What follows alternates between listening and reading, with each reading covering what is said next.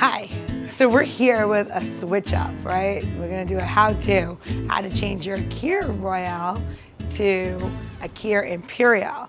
Now, if you listen to our episode, you'll know that a Kir Royale is made with creme de cassis and champagne and a lemon twist. Well, now we're gonna make a Kir Imperial, which is made with Chambord. But of course, that's not enough for me, right? We're gonna add a little twist on a very classic drink. So, what we're gonna do is you're gonna take your champagne glass, and I am using this wondrous Nana creation that I have. And we're gonna add 1 ounce of Chambord. And Chambord is a raspberry liqueur, right? So, you know, creme de cassis is made from cassis berries, and then you have Chambord, which is made from raspberry. So you know what the two different things are. We're gonna add a pinch of Maldon salt, which is a flake salt, and we're gonna put it right into our Chambord. Sounds crazy, right?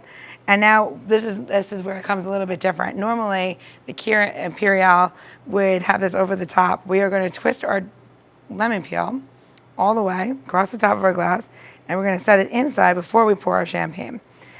You can use champagne, Prosecco, you know, whatever you're feeling, totally fine. So now we're gonna take that and we're gonna pour this down the center of our spoon. Wouldn't you know that these spoons are made for something? They're made to pour your champagne into your glass and you're not spilling it. Simple, right? We're like, oh my gosh, this is the most simple drink ever.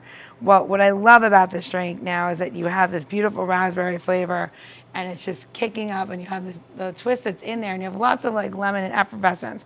So obviously, no good raspberry drink would be left unharmed without some fresh raspberries in it, or on the side, or however you feel like you want them. So I'll put 1 in the drink, 2 in the mouth, and we'll see you another time.